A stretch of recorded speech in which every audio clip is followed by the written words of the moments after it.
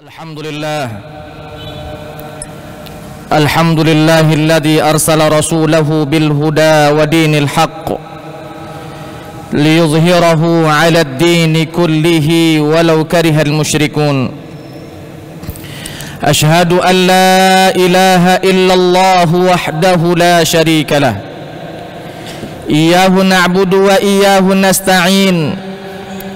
Wa ashhadu anna sayyidana Muhammadan abduhu wa rasuluhu al-mab'utsu rahmatan lil alamin.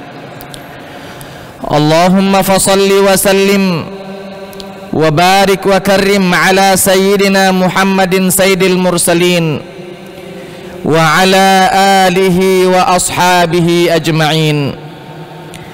Amma ba'du, fa ya ibadallah, usikum binafsi wa iyaya bittaqwallah, faqad fazal muttaqun. Qala Allah ta'ala fi kitabihil karim, a'udzu billahi minasy syaithanir rajim. Bismillahirrahmanirrahim.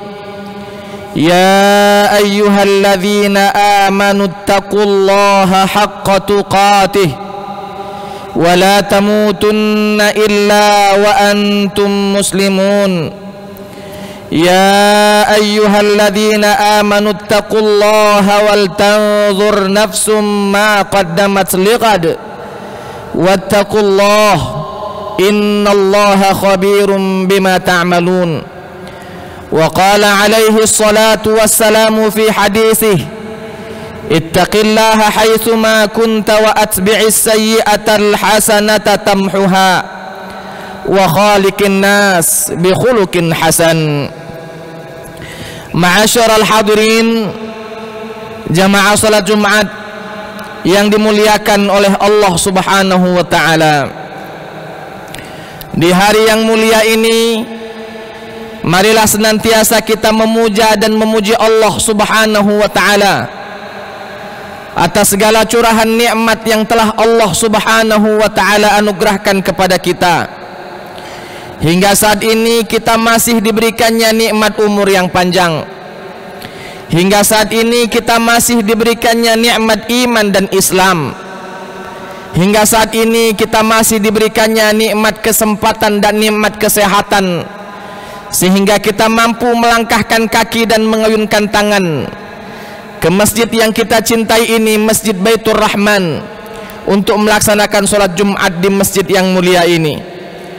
Sholawat beriringkan salam semoga selalu tercurahkan kepada junjungan kita, baginda Nabi besar Muhammad sallallahu alaihi wasallam, sebagai teladan kita, uswatun hasanah kita, contoh untuk kita contoh dalam kehidupan kita.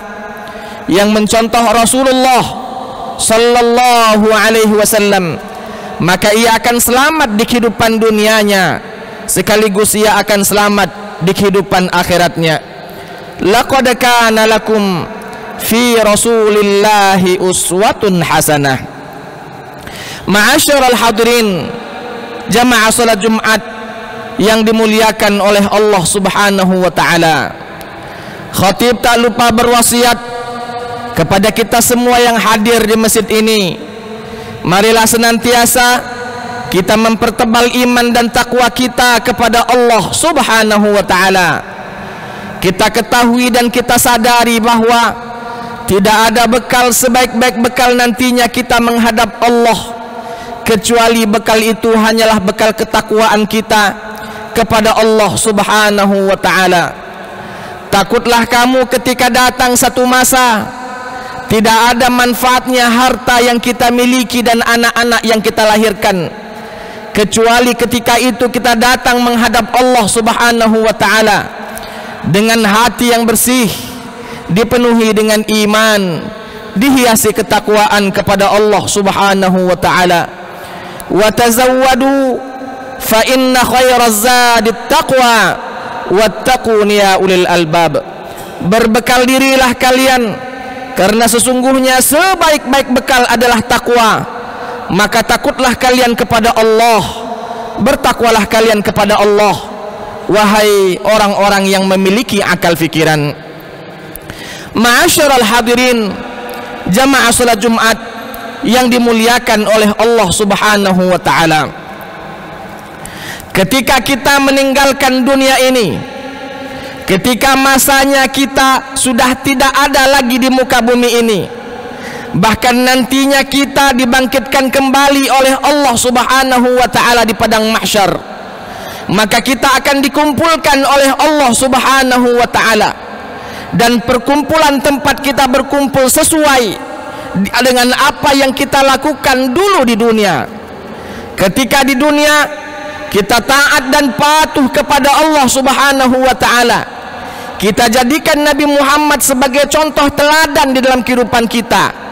Yang halal dihalalkan, yang haram diharamkan, diperintahkan kita kerjakan, dilarang kita jauhi, maka insya Allah kita bersama orang-orang yang akan digiring oleh Allah Subhanahu wa taala ke dalam surga. Minan nabiyyina was-siddiqina wasyuhada'i was-salihin. Yang akan membersamai kita adalah para nabi, para siddiqin, para syuhada, dan para orang-orang yang soleh. Sebaliknya, ketika kita hidup di dunia, yang halal diharamkan, yang haram dihalalkan, diperintahkan dijauhi, yang dilarang maka malah dikerjakan, maka na'udzubillah, di akhirat pun kita akan bersama-sama orang-orang yang senantiasa membangkang atas perintah Allah Subhanahu wa taala, dan pada akhirnya akan digiring masuk ke dalam neraka Allah Subhanahu wa taala. Akan tetapi di padang mahsyar kita takkan pernah mampu melakukan apapun sebelum ditanya terlebih dahulu beberapa pertanyaan. Di dalam sebuah hadis Nabi, Rasulullah sallallahu alaihi wasallam pernah bersabda yang diriwayatkan oleh Imam At-Tirmizi dan Ibnu Hibban di dalam sahih mereka berdua, bahwa Nabi mengatakan, la tazulu qadama 'abdin yaumal qiyamati hatta yus'ala an arba'. Tidak akan pernah kaki seorang hamba melangkah di akhirat nanti sebelum terlebih dahulu ia ditanya tentang 4 hal. Apabila pertanyaan itu mampu dia jawab dengan sebaiknya, maka langkah kakinya ringan menuju surga.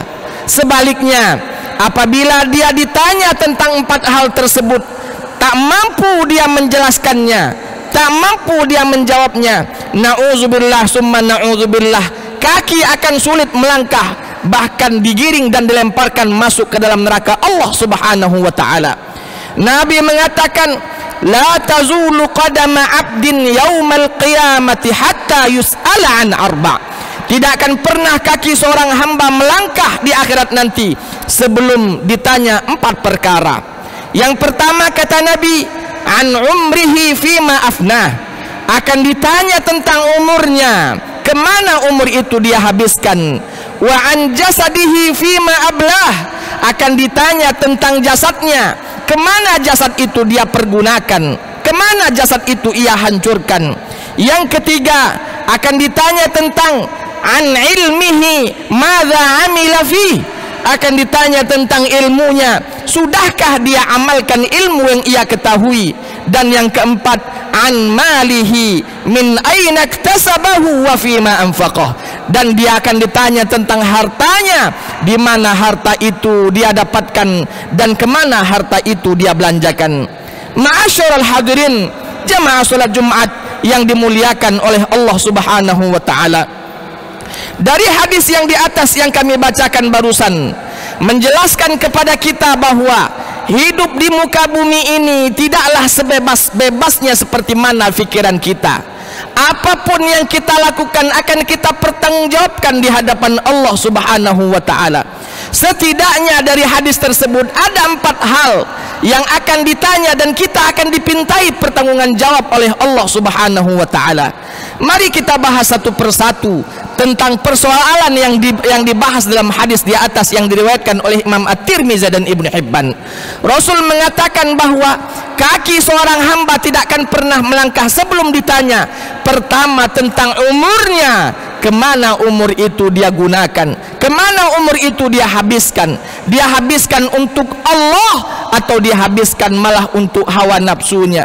dia habiskan untuk taat dan patuh atas perintah Allah, atau sebaliknya dia habiskan umur itu di dalam kemaksiatan, di dalam hal-hal yang dilarang oleh Allah Subhanahu wa taala. Panjang pendeknya umur yang Allah berikan semuanya akan dipertanggungjawabkan di hadapan Allah.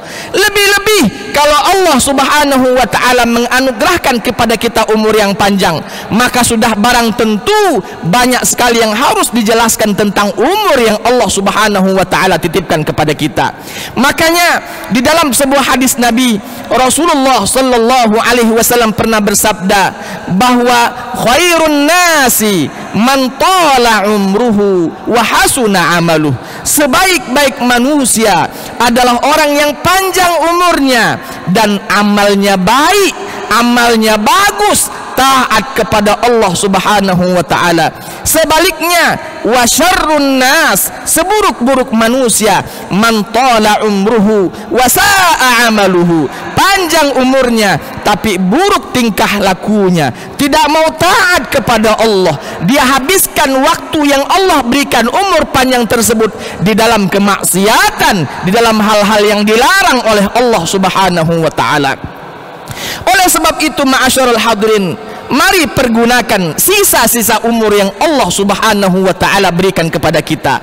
Apabila bagus, maka kebaikan itu pun akan kembali kepada kita. Apabila yang kita kerjakan buruk, maka keburukan itu pun akan kembali kepada kita. Maka Allah Subhanahu wa taala menjelaskan, barang siapa yang beramal soleh, barang siapa yang beramal, maka amalnya akan kembali kepadanya, dan barang siapa yang berbuat dosa, maka dosa itu pun akan kembali kepadanya. Oleh sebab itu, ma'asyaral hadirin, pergunakanlah umur ini dengan sebaik-baiknya. Seandainya Allah Subhanahu wa taala telah menakdirkan kita di waktu muda kita hal-hal yang tidak baik, maka perbanyaklah bertaubat kepada Allah Subhanahu wa taala sebelum ajal menjemput diri kita. Mungkin ketika kita masih muda, hal-hal yang dilarang kita kerjakan, yang halal diharamkan atau yang haram kita halalkan. Maka ketika kita memiliki kesempatan ini di sisa-sisa usia kita ini, perbanyaklah bertaubat kepada Allah Subhanahu wa taala. Wa tubu ilallahi ayyuhal mu'minun, bertaubatlah kepada Allah wahai orang-orang yang beriman. Wasari'u ila maghfiratin min rabbikum wa jannatin 'arduhas samawati wal ard u'iddat lil muttaqin. Bersegeralah kamu meminta ampunan Allah Subhanahu wa taala, yang mana Allah siapkan surga yang luasnya seluas langit dan bumi, yang Allah Subhanahu wa taala siapkan bagi orang-orang yang bertakwa. Ma'asyiral hadirin, yang kedua, di akhirat nanti kaki takkan pernah melangkah sebelum ditanya. Yang kedua, an jasadihi fima ablah, tentang jasadnya dia gunakan untuk apa, tentang jasadnya dia pakai untuk apa. Allah titipkan jasad kepada kita, panca indera kepada kita, dari atas kepala hingga ujung kaki, semuanya akan ditanya oleh Allah Subhanahu wa taala. Apakah tubuh yang Allah berikan ini kita pakai untuk menyembah kepada Allah sesuai dengan firman Allah, wa ma khalaqtul jinna wal insa illa liya'budun, tidak kuciptakan jin maupun manusia kecuali hanya untuk menyembah Allah. Atau sebaliknya, tubuh yang Allah gunakan, tubuh yang Allah berikan kepada kita, kita gunakan dengan hal-hal yang dilarang oleh Allah Subhanahu wa taala. Bagi kita yang diberikan oleh Allah Subhanahu wa taala tubuh ini, kita pergunakan dengan baik, maka insya Allah nikmat yang Allah anugerahkan kepada kita. Makanya di dalam Al-Quran Allah berfirman, man amila salihan min zakarin aw unsa wa huwa mu'minun falanuhyiyannahu hayatan thayyibah. Kata Allah taala, barang siapa yang beramal soleh atas dasar imannya kepada Allah, artinya tubuh yang Allah berikan kepadanya, dia beriman kepada Allah dan tubuh ini dipakai untuk beramal soleh, min dzakarin au unsa, laki-laki atau perempuan yang melakukannya, maka kata Allah, falanuhyiyannahu hayatan thayyibah, kami akan berikan dia kehidupan yang baik. Para mufassir mentafsirkan falanuhyiyannahu hayatan thayyibah ai bima'na fid dunya wal akhirah, akan diberikan kehidupan yang layak di dunia, begitu pula akan diberikan kehidupan yang layak di akhirat nanti. Maka kata Allah di dalam ayat yang lain, wa may yashkur fa innama yashkuru li nafsihi, barang siapa yang bersyukur kepada Allah atas tubuh yang Allah berikan kepadanya, ia pakai dalam ketaatan, fa innama yashkuru li nafsihi, ketaatan itu, syukurnya kepada Allah akan kembali kepada dirinya. Oleh sebab itu ma'asyiral hadirin, pergunakanlah tubuh kita ini sebelum tubuh ini hancur lebur, sebelum tubuh ini dimakan oleh cacing tanah, maka pergunakanlah tubuh yang Allah berikan kepada kita di dalam ketaatan dan kepatuhan kepada Allah Subhanahu wa taala. Yang ketiga, Nabi mengatakan di akhirat nanti kaki takkan pernah mampu melangkah sebelum ditanya an ilmihi madza amila fih, ditanya tentang ilmunya, apa yang telah dia kerjakan dengan ilmu yang telah Allah Subhanahu wa taala anugerahkan kepadanya. Ma'asyiral hadirin, ilmu adalah salah satu anugerah yang Allah berikan kepada kita, entah itu ilmu-ilmu syar'i atau ilmu-ilmu keduniaan, kesemuanya itu adalah anugerah. Tinggal kita pakai dalam ketaatankah atau kita pakai dalam kemaksiatankah di hadapan Allah Subhanahu wa taala. Ketika ilmu yang Allah berikan kepada kita, kita pakai, kita menjadi takut kepada Allah, semakin dalam ilmu kita, semakin takut kita kepada Allah, maka ini ciri-ciri orang-orang yang baik.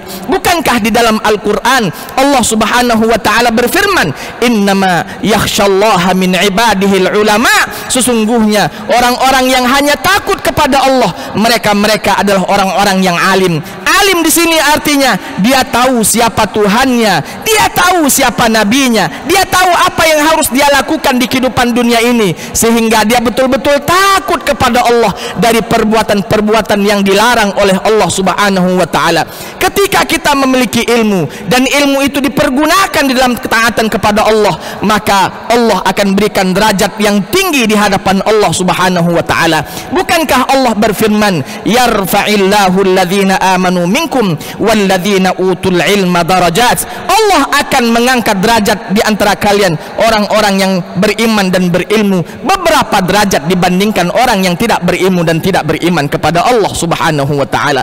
Maka pergunakanlah ilmu itu dengan sebaik-baiknya, ajarkan kepada orang lain. Ketika ilmu itu bermanfaat, ajarkan kepada orang lain. Apabila ilmu itu tidak baik, ilmu itu ilmu kesyirikan, maka tinggalkan, jangan pernah diajarkan. Kenapa? Karena ketika kita mengajarkan ilmu yang sesat, maka kesesatan itu pun, setiap orang yang kita ajarkan sesat, maka kesesatan itu akan kembali kepada orang yang mengajarkannya. Yang terakhir ma'asyiral hadirin, akan ditanya tentang an malihi min aina tasabahu wa fima anfaqah, akan ditanya tentang harta yang dia miliki, min aina tasabahu, dari mana harta itu dia dapatkan, wa fima anfaqah, dan kemana harta itu dia belanjakan. Ma'asyiral hadirin, setiap pundi-pundi rupiah yang kita miliki akan ditanya di hadapan Allah Subhanahu wa ta'ala, dari mana harta itu kita dapatkan. Syukur alhamdulillah kalau harta itu kita dapatkan dari jalan-jalan yang dihalalkan oleh Allah Subhanahu wa ta'ala. Syukur kalau kita mendapatkan harta-harta yang Allah berikan kepada kita dari jalan-jalan dan cara-cara yang diridhoi, yang dihalalkan oleh Allah Subhanahu wa ta'ala. Ketika kita telah mendapatkan harta yang halal tersebut, maka jangan lupakan akan kembali ditanya kemana harta itu kita belanjakan. Kita sia-siakankah harta itu hanya di rekening saja, hanya untuk anak turunan saja dan sebagainya, lalu lupa dengan untuk diri kita sendiri. Makanya ma'asyiral hadirin, harta yang Allah titipkan jangan lupakan, ada hak-hak fakir miskin di sana, ada hak-hak anak yatim di sana, ada hak-hak dakwah di dalam Islam di sana, ada hak-hak yang mana hak-hak itu harus kita tunaikan.